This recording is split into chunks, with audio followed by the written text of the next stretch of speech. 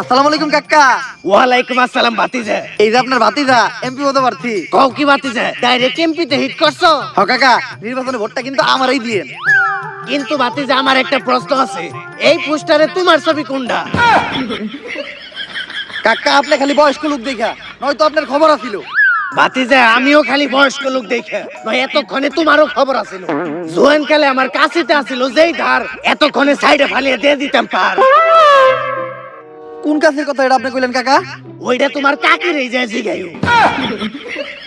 থাক কাকা রাইবেন না, ভোটটা আপনি এবার আমারই দিয়েন। কিন্তু তোমারে ভোট দিলে আমার গোলাপ কি? আমি আনোয়ার এবার এমপি হইলে উত্তর পাড়ায় নতুন সেতু বানাই দিব।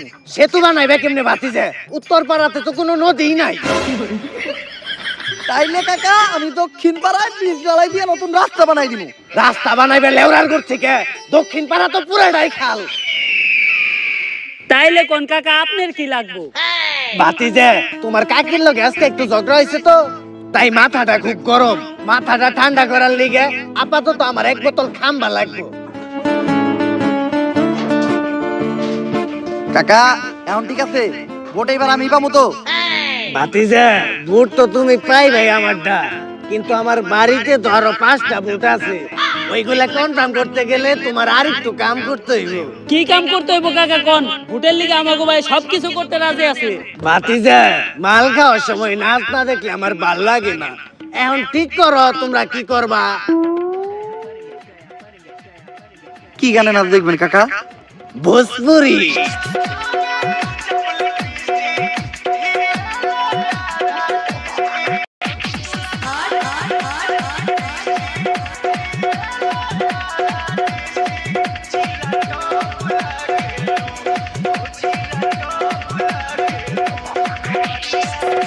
कमरिया कमरिया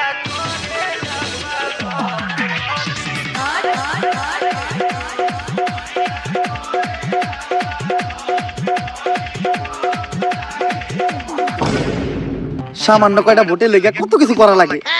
যাই হোক মনে রাখলাম, নির্বাচনের আগে